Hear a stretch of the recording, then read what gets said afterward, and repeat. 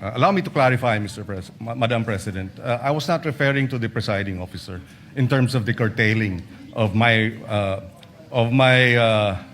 right to speak and to raise questions, Mr. President, because it was the Senate President who was moving to divide the House, Mr. President, without sufficient debates.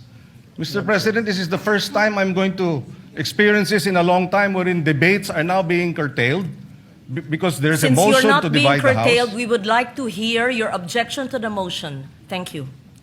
Mr. President, there are a lot of questions that have to be raised as to why this amendment to the rules is being undertaken at this time. Precedent provides, Mr. President, that when we amend our rules, we do so by way of resolution. We do not have that resolution now. In fact, Mr. President, a total 48 amendments of our rules all went through resolutions. This is the first time after 48 amendments, Mr. President, that we do not have a resolution so that we can Point vote of order, Madam Chair. and amend the rules properly, Mr. Yeah, President. point of order.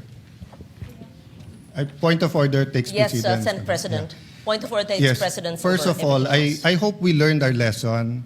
Senator Pangilinan already apologized to Senator Padilla, then now you're shouting at us. No? No, the record will show, nakatape naman eh. Ang taas-taas ng boses nyo eh. Di ba? You were shouting at kaya nga hindi magkarinigan. Now, what's my point of order? We are not discussing the merits yet of the amendment. No one's curtailing your rights because wala pa tayo dun eh. Ang pinagbobotohan natin ngayon, kung pwedeng i-take up sa floor o hindi. Yun ang itina-take up natin. And the arguments have already been laid out.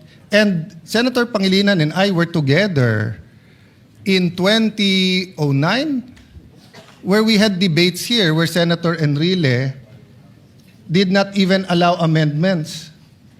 And then we voted. It depends on every issue, Madam Chair. There's no specific rule of the amount of time. I was asking the gentleman about certain issues in one resolution. He refused nga for further interpellation and said it's time to vote. They were the majority. So, Madam Chair, we're here. We're willing. Senator Marcoleta is ready to take questions. Ang pinagbobotohan lang po natin ngayon, simple lang. Whether or not we can take, whether or not the proposal to amend the rules is in order. Yung pa lang ho. Yung specific amendment, sino magbe-benefit, paano magbe-benefit, etc. We support the right of Senator Pangilinan to ask questions, pero wala pa tayo dun eh.